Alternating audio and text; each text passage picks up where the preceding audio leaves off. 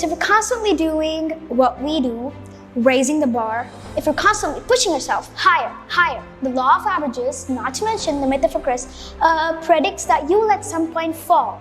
And when you do, I want you to know this, remember this, there is no such thing as failure. Failure is just life trying to move us in another direction. Now when you're down there in a hole, it looks like failure. So this past year I had to spoon feed those words to myself. When you're down in a hole, when that moment comes, it's okay to feel bad for a little while. Give yourself time to mourn what you think we have lost. But then, here's the key. Learn from every mistake. Because every experience encounters, and particularly your mistakes, teach you and force you who you are. This is all wrong. I shouldn't be up here. I should be back in school on the other side of the ocean. Yet you all come to us young people for hope. How dare you? You have stolen my dreams, my childhood with your empty words, and yet I'm one of the lucky ones. People are suffering. People are dying. Entire ecosystems are collapsing.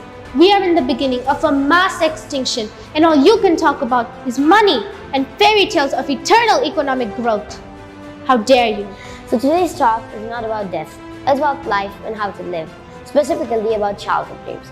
Your childhood dreams, my childhood dreams. As a child, I had an incredibly happy childhood.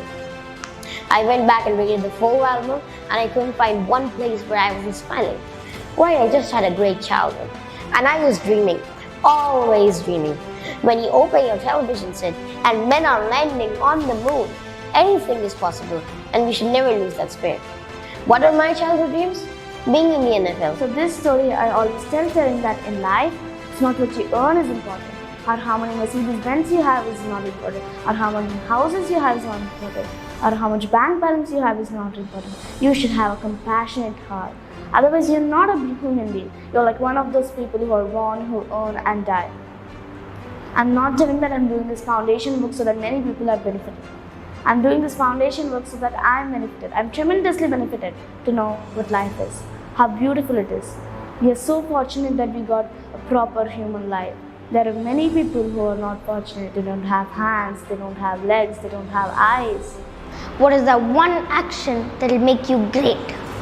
Every one of us has a page in the history of the world. What is that page? And how do you make that page? Well, I'm here to give vision to your ambitions. I want young people to understand how to imagine.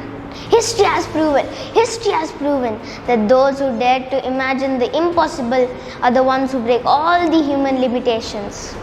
Let me begin with my parents. I'm a product of this visionary mother and father. When I was born in the 50s and 60s did not belong to the girls of India. They belonged to the boys. They belonged to the boys who joined business and inherited business from their parents. My family, in my city, and almost in my country was unique. We were 4 of us, not one, and fortunately no boys. 4 girls and no boys. My father almost defied his own grandfather, almost to the point of disinheritance, because he decided to educate all 4 of us. He sent us to the best schools and gave us the best education. My life is fueled by my being, and the being fuels the doing. So I come from a centered place. I come from a focused place. I come from compassion. It's just my nature. I come from a willingness to understand and to be understood. And I come from wanting to connect. I mean, the secret of that show for 25 years is that people could see themselves in me. All over the world, they could see themselves in me.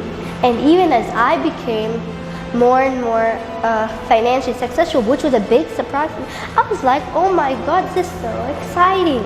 People are suffering, people are dying, entire ecosystems are collapsing, and all you can talk about is money and fairy tales of eternal economic growth.